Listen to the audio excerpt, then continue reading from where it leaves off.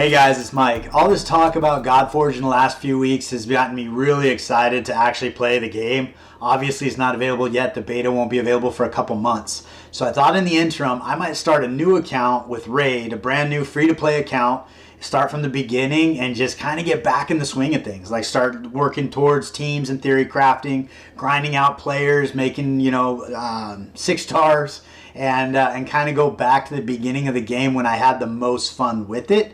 And it'll give me something to talk about and discuss. And as we're going through it kind of with a new lens, we'll be looking at what experiences are really cool that I really like and hope make it over to Godforge. And also what are the experiences that hopefully we can miss. And the entire time is kind of just buying some time until the beta testing begins with Godforge. But I thought it'd be kind of interesting to get back and start playing a game as similar as I could find. I did go shopping and I looked for a lot of different games, and unfortunately I didn't find anything that really tickled my fancy. I played Watcher of Realms for a little bit. I played Summoner's War.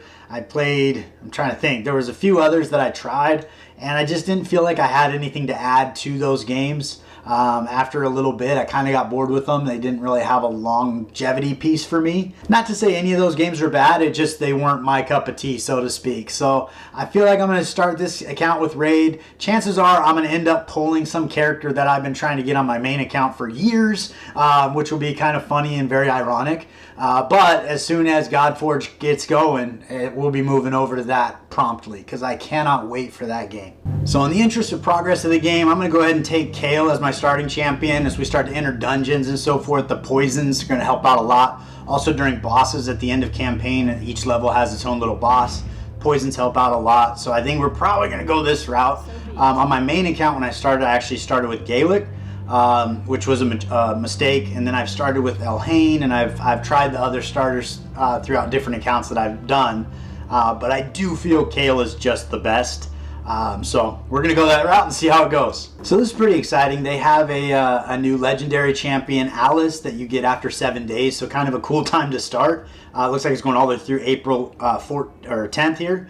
Another cool thing is if you go for 14 days, you actually get her 2-stone soul, which is pretty good. And then they have the phase 2 aspect. I think this is probably, are you going to earn points? So I don't know if this is pay to play or not, but by the end of this, if you're able to get 1,000 points, you could actually have a 5-star soul. So you could have a pretty decked out character fairly quickly. I don't know if this is free to play friendly or not. We'll find out if we start earning any of these flags as we start going into it. But potentially pretty cool to start out with a good champion like that. You can actually start with different referral codes and coupon codes. I have not looked into any that are going right now, so it might be worthwhile to take a peek and see what I can find, just to see what kind of epic freebies might be out right now to help the account along. So this is kind of a nice new thing that I've seen, at least it wasn't there when I started, I'm pretty sure, is they're giving you 7 million silver right out of the gate. So as far as upgrading gear and stuff of that nature, that's going to be extremely helpful to move your account along.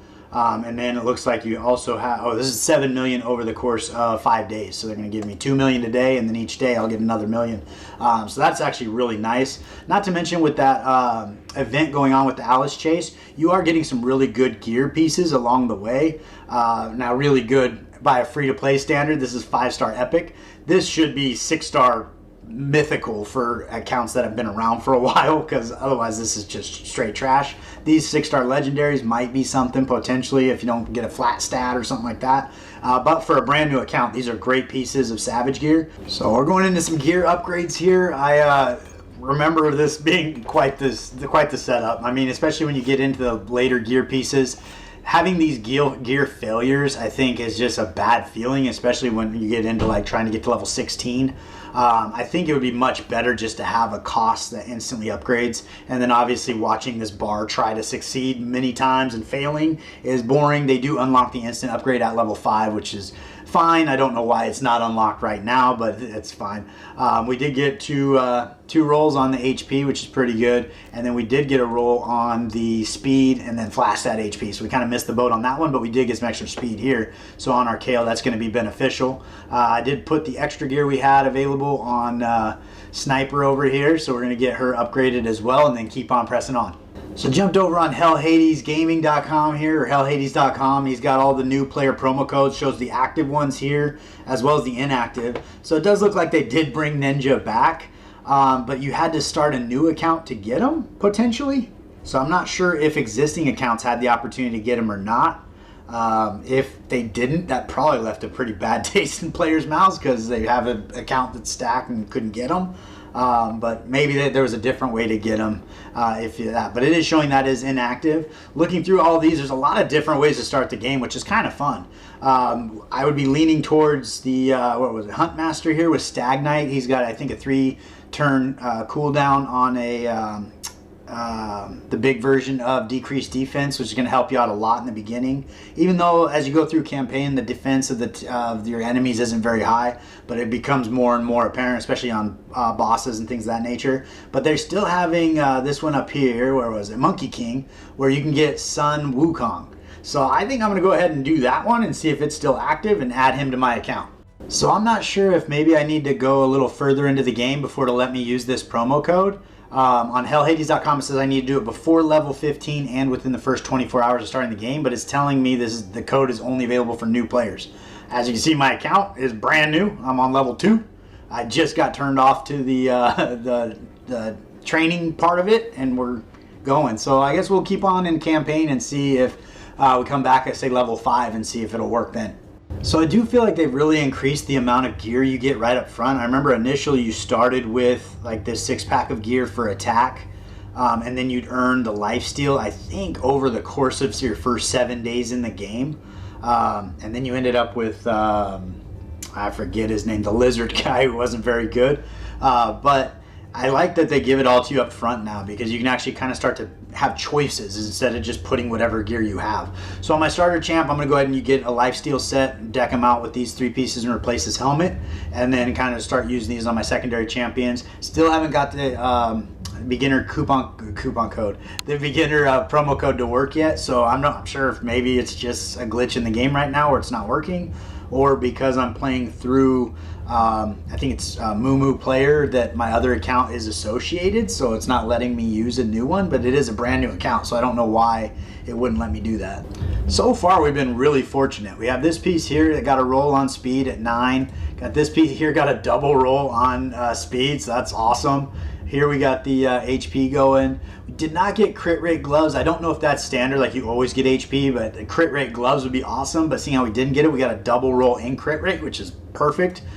Here we got the 2 rolls on the percentage defense instead of flat stats, so that's also awesome. And then here, I think they always give you speed boots, but we ended up with speed boots as well. The double roll on accuracy would have been better here, just because Kale with his poisons and whatnot would land them a little more frequently. So it's not the end of the world on the resistance, but that would have been just icing on the cake. But we've been pretty fortunate with our rolls so far. So one thing I want to make a quick mention of is this game moves you along pretty quickly. It actually opens stuff up faster than you're really ready, just a little bit. And that way you always feel like you have something to do, and I think that's crucial, because in a lot of games you have to grind something out way too long. So it opens dungeons up at level 10, you're still campaigning, you're still doing that. By the time you jump into dungeons, you're doing Arcane Keep and Magic Keep to boost your starter champion. Meanwhile, you have all these other things going on that I haven't even got to yet. I'm on level, I think, 16 or something like that. I just got out of the arena. So as we're moving through, you're going to start, like, I'm almost ready to open up Faction Wars. And it's, I mean, I have like 5 players, so. But it's cool because you don't ever feel like you're not trying to get something accomplished. Always, like, even beginning player, you're like, here, buy this, buy that, buy this. This mission quest here that kind of walks you through different items that keeps you on track to learn the game, tells you how to clear Minotaur's Labyrinth, get scrolls, apply them to your champions, use books, all that good stuff. I think is a great way of rewarding somebody for going through the tutorial. And then on the quests here as well, you get a lot of cool things along the way. I will say that I think opening up with a 3 or a 5 pack of ancient shards would be kind of a cool thing relatively early in the game, and I haven't got to a place where I haven't gotten a single ancient shard yet. I did pull a rare from a mystery shard. It was Hellhound, so that was kind of fun. But that's just something to consider there. And then on the achievements and so forth, as you start going through these dailies and that kind of stuff. The rewards you get keep you moving forward. So just a quick note, try not to open these bottles until you're further along, because that'll give you 63 power now, but when you're on level 30 or whatever, it'll give you 87 power or whatever you're at that time. So until you actually need these bottles, I'd hold on to bottles and just kind of help you advance the account along. This all looks really good, but this is a free-to-play account. Leave me alone. This challenge quest here I think is also a great thing. I did want to bring up, in one of these challenge sessions, I gotta go through, I haven't been in here in a minute, you have to actually go and farm an attack percent piece of gear that's 2-star or higher. Because it's RNG on the drop rate, like I get the idea, it's like, hey, I want this piece, I'm gonna go find that piece and look for it. But by the time you get there, you're so far past that and you get stuck on these quests doing just menial tasks, which is kind of frustrating. So I would hope that any kind of situation like that going on in Godforge would be not limiting you to RNG. I literally have been on those quests for over an hour trying to get specific stats on specific pieces of gear, and it's just outright ridiculous, because you're just sitting there fighting a level that is super easy for you. You've already 3-starred it. All of your champions are way more powerful than that, but you're trying to get a specific stat. And it's just it's frustrating. So I hope there's nothing like that in Godforge. But outside of that, a lot of these tasks are actually pretty good. They just keep you moving along and picking up rewards and getting your characters better. And if you ever get to a point where you're like, hey, I don't really know what to do right now, this is a great place to go, because it'll tell you like, hey, this is the next thing you could do to get this award. And it just kind of keeps pressing your account along. Once you finish up, you get books or you get summoning stones. Like here, you're going to get a mystery shard, ancient shard. So it just kind of keeps your account moving along, which is kind of nice. I got classic refills for arena, so I can go back in there and win some more arena battles. So I do think Raid does a great job of keeping your account moving along and trying to sell you stuff nonstop. Okay. Along the way, but it's kind of nice because I've already opened up this Guardian Ring, the Tavern. I don't know if the Great Hall's open yet or not. I did. It's open, so I can utilize those things that I'm getting in the arena. So it's kind of a cool progression. The other thing I was going to mention is along the way, as you're starting, they keep the energy coming in. So literally when you're starting the game, you could play for hours at a time, which is kind of nice because you're trying to better your account and get better gear or higher ranked players or whatever the case is. And then along the way, you have all these kind of small rewards for getting different achievements that just give you power or silver or rubies or different things in the game to help your account along. So you're constantly feeling like you're progressing pretty well. This is actually a new dungeon here, 7 weeks and 9 hours. I'm not sure. We'll give it a shot and just see how it works out. I don't have any gear on my Hellhound, but we're not going to do super raids. We're not going to do that either because I want my Hellhound in there. Okay, perfect. We'll see if we can beat this boss. I have no idea what the mechanics of her are.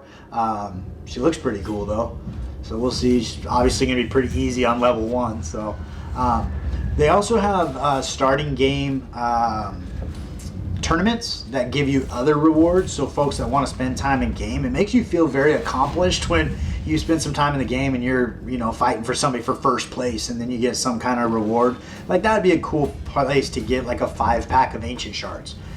Chances are you're not going to really get anybody good, but it gives you that excitement of opening a shard that could actually change your account. The other thing with the promo code, I'm not sure exactly what's going on with that. I did open up my Plarium ID later, and I'm thinking maybe when you activate the new Plarium ID, that's when it'll work. But unfortunately, I was already past level 15, so now I'm not a new player anymore. So that's kind of interesting. But yeah, we're keep pressing on and having a good time with the opening stages of the game. It does kind of bring back a lot of the fun that starting this game out really brings, which is pretty exciting. Here's another thing I found kind of frustrating, along with trying to get a specific substat. I'm actually trying to farm gear right now because that's what the mission is telling me to do, and I'm getting this mystery shard. So this is the third time this has happened. Which is kind of frustrating. I think if you're going to be rewarded a shard on top of the gear that you're buying or the gear that you're farming, it should be on top of and not instead of. Because otherwise you could be sitting here trying to get this See, here I go again. So I was like, I'm just wasting this energy waiting so that I can get a helmet in this particular level so I can move through a mission just to progress. But I'm just getting mystery shards, which is cool, but it would be nice to get that on top of the thing I'm farming instead of. That way I could keep moving on with the missions. And that's true for like in dungeons with dragon. Like if you get an ancient shard, you get that instead of the piece of gear. Well, if you're farming dragon, you're there for the gear. The ancient shard's nice, but you want the gear, especially if there's like tournaments and things going on where you get points rewarded for the gear and the quality of the gear that you get, and then you end up getting a mystery shard. You're like, well, that's not exactly what I wanted. I'm trying to get these points. So that would be something I would throw out there is if you're going to get lucky and get an ancient shard or a mystery shard or something like that, I feel like it should be in bonus of the thing that you were going to get anyway. I don't think that it's really going to change the game all that much, except it's just not going to put a bad taste in players' mouths. So that would be my suggestion. All right, so I've been playing for probably a good hour and a half or so. I'm going to keep playing on the phone and press the account along so we have something to talk about for tomorrow and kind of take notes on the things that are going well. All in all, I think that a lot of changes have been made that have made progression feel smoother, which I think is nice.